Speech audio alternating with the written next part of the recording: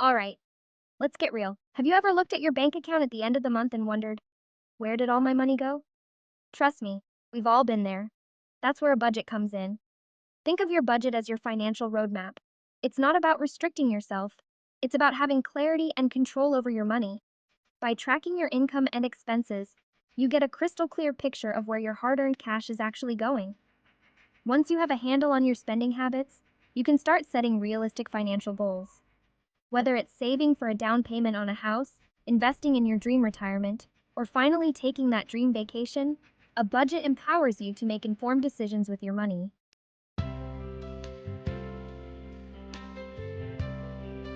Now, let's talk about everyone's favorite topic, saving money.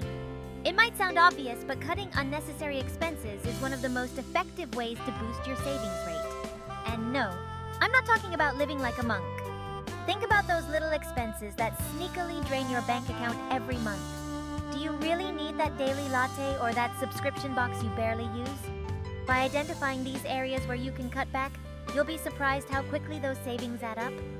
Remember, it's not about deprivation, it's about being mindful. Do you really need to eat out 3 times a week, or could you cook at home more often? Could you switch to a cheaper phone plan or negotiate a better rate on your car insurance? Small changes can make a huge difference over time. By being more conscious of your spending habits, you'll free up more money to invest in your future and achieve your financial goals faster.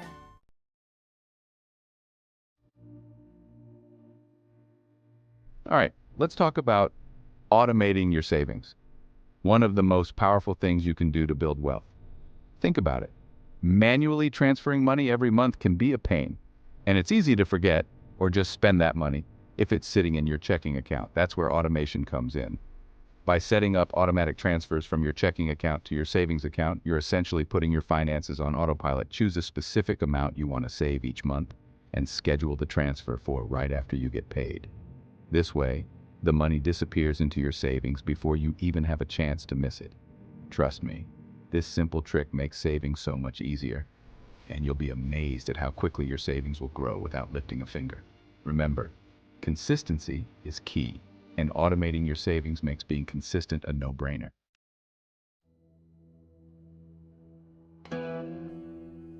Life throws curveballs, right? Your car breaks down, you have unexpected medical bills, or maybe you lose your job. That's where having a solid emergency fund comes in. It's your financial safety net, your peace of mind fund. Ideally, you want to aim for 3 to 6 months' worth of living expenses in your emergency fund. This might seem like a lot, but trust me, it's worth it. Start by figuring out how much you spend each month on essentials like rent, groceries, utilities, and debt payments. Once you know your monthly expenses, multiply that number by 3 to 6 to determine your emergency fund goal. Now, I know saving that much takes time, so start small. Even setting aside $50 or $100 a month is a step in the right direction.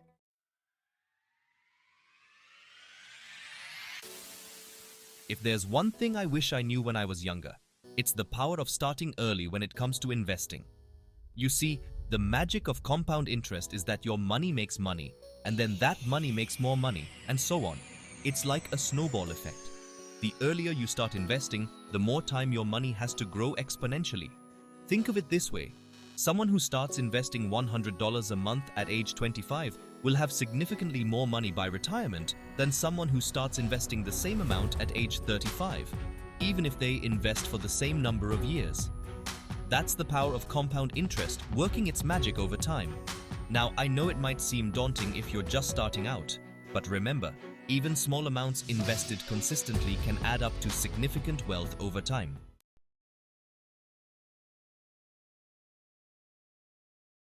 All right, let's talk about diversification. You know that saying, don't put all your eggs in one basket? Well, it's true for your investments too. Diversification is about spreading your money across different asset classes, like stocks, bonds, real estate, maybe even a little bit of gold. Think of it like this. If one investment takes a hit, the others can help cushion the blow. You don't want to be in a situation where all your money is riding on one single stock and it tanks. That's a recipe for disaster. Instead, by diversifying, you're essentially creating a safety net for your portfolio. It's about managing risk and making sure you're not overly exposed to any one particular sector or asset. Remember, diversification won't necessarily make you rich quick, but It's a smart, long-term strategy to protect your hard-earned money and build a more resilient portfolio.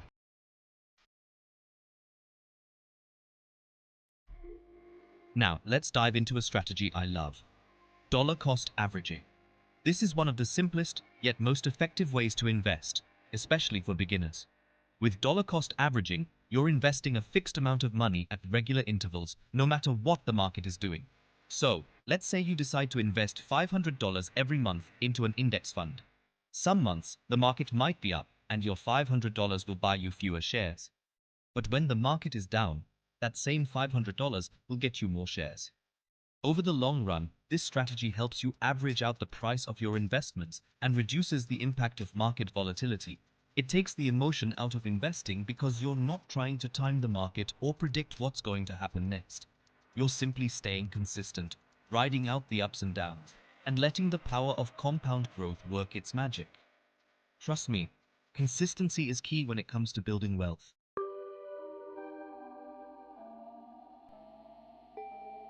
Now let's talk about your investing mindset. Building wealth is a marathon, not a sprint. It's about playing the long game and not getting caught up in every little market fluctuation.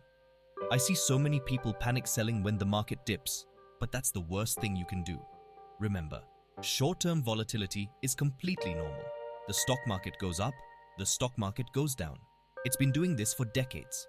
But over the long term, the market tends to trend upwards. Instead of trying to time the market, focus on your long-term goals. Are you saving for retirement? A down payment on a house? Your kids' college education? Keep those goals in mind and remember that time is your greatest asset. The sooner you start investing, the more time your money has to grow thanks to the power of compound interest. So, be patient, stay disciplined, and let your investments ride out those market waves.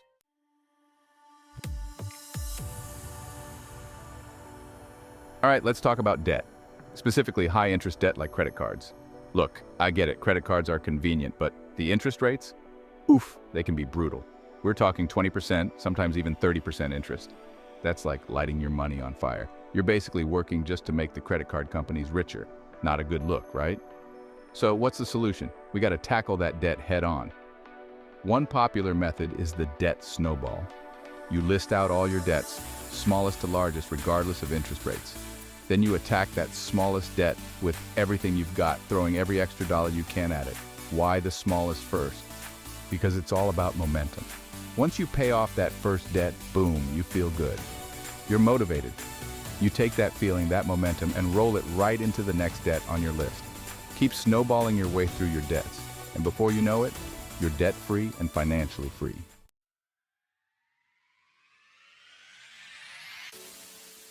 Okay, we've talked about saving, investing, and tackling debt. But let's be real. There's a limit to how much you can cut back. That's where increasing your income comes in. Remember, your income is your biggest wealth-building tool. There are tons of ways to boost your earnings. Side hustles are huge right now. Driving for Uber or Lyft, delivering food with DoorDash, freelance writing or graphic design. The possibilities are endless. Find something you enjoy, something that fits your skills, and monetize it. And hey, it doesn't have to be a side hustle forever. Maybe it turns into a full-time gig, or even better, your own business. The point is, don't be afraid to explore new avenues for income. The more you earn, the more you can invest and grow your wealth.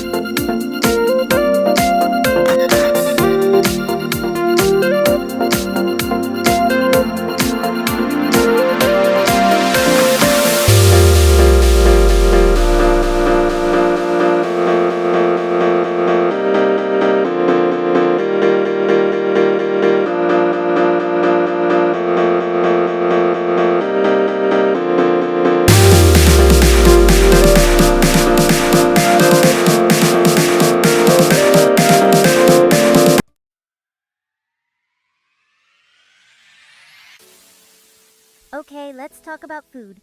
We all gotta eat, right? But eating out all the time can destroy your budget. Those $20 takeout meals add up fast. I'm talking hundreds, even thousands of dollars wasted every year. Money that could go towards your investments, your savings, your future. Now I get it. Sometimes you just don't feel like cooking. But cooking at home is one of the simplest yet most effective ways to save money. Plus, it's usually way healthier than eating out.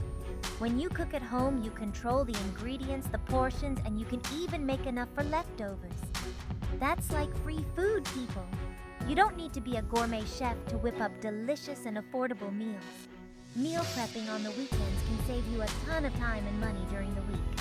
So ditch the takeout menus and start embracing your inner chef. Your wallet and your waistline will thank you.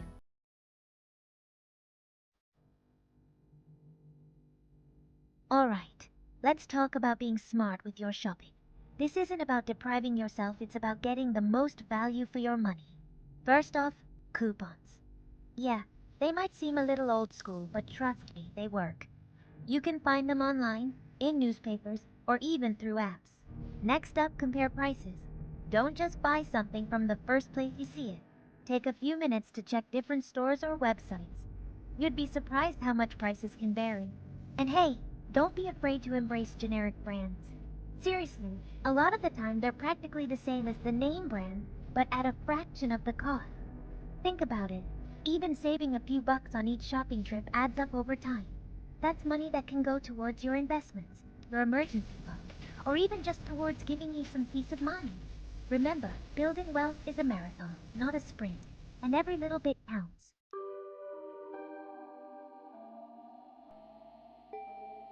Now, let's dive into the concept of mindful spending. It's easy to get caught up in the excitement of buying new things, but before you whip out your credit card, take a step back. Ask yourself two crucial questions. First, is this purchase truly necessary? Do you need it or just want it in this moment? Second, does this purchase align with your financial goals?